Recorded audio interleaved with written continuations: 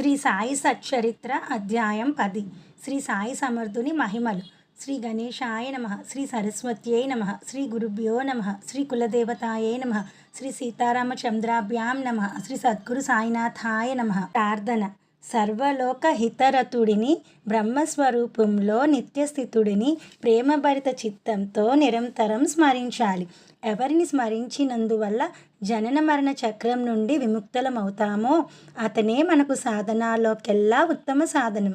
ఇంద్రియాలన్నీ బలంగా ఆరోగ్యంగా ఉన్నప్పుడే ప్రతి క్షణాన్ని పరమార్థ సాధన కోసం వినియోగించాలి. బాబా శయనం 4 మూరల పొడవు, అరచేయంత వెడల్పు, సుమారుగా 6 అడుగుల పొడవు, 1 అడుగు వెడల్పు గల ఒక చెక్క బల్ల ఉండేది. బాబా బట్టపీలికలను 2 వైపులా కట్టి ఊయల మాదిరిగా దూలం నుండి దానిని వ్రేలాడదీసేవాడు. ఆ చెక్క బల్లపైన బాబా పడుకునేవాడు.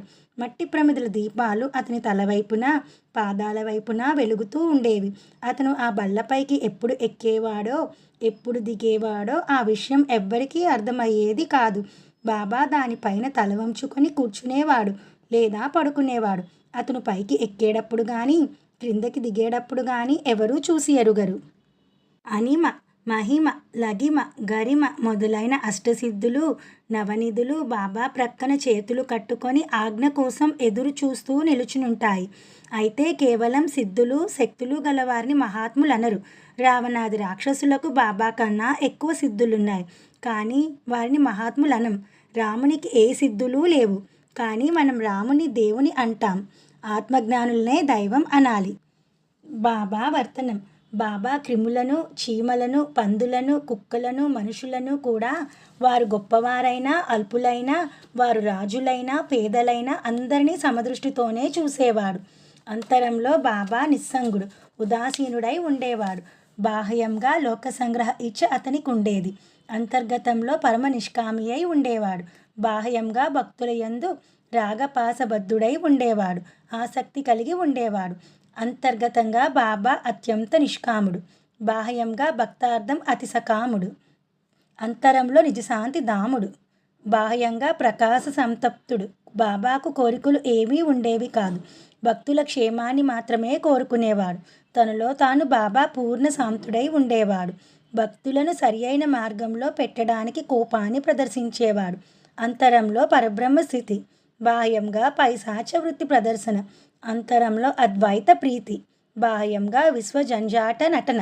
బాబా పరబ్రహ్మ స్వరూపంలో ఉంటూనే బయటికి మాత్రం చాలా ఉద్రేకంగా కనిపించేవాడు. అద్వైతంలో రమిస్తూనే లోకంలోని ద్వంద్వాలలో ఇరుక్కునేవాడు.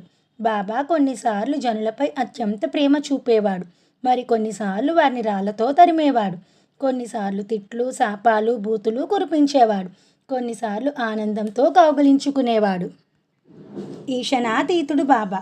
కీర్తి గురించి, విత్తం, ధనం గురించి ఈశన కోరిక ఉండేది కాదు బాబాకు.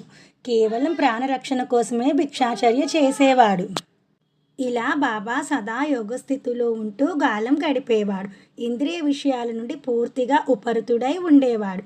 బాబా యతి సన్యాసిలా వేషధారణ చేసేవాడు.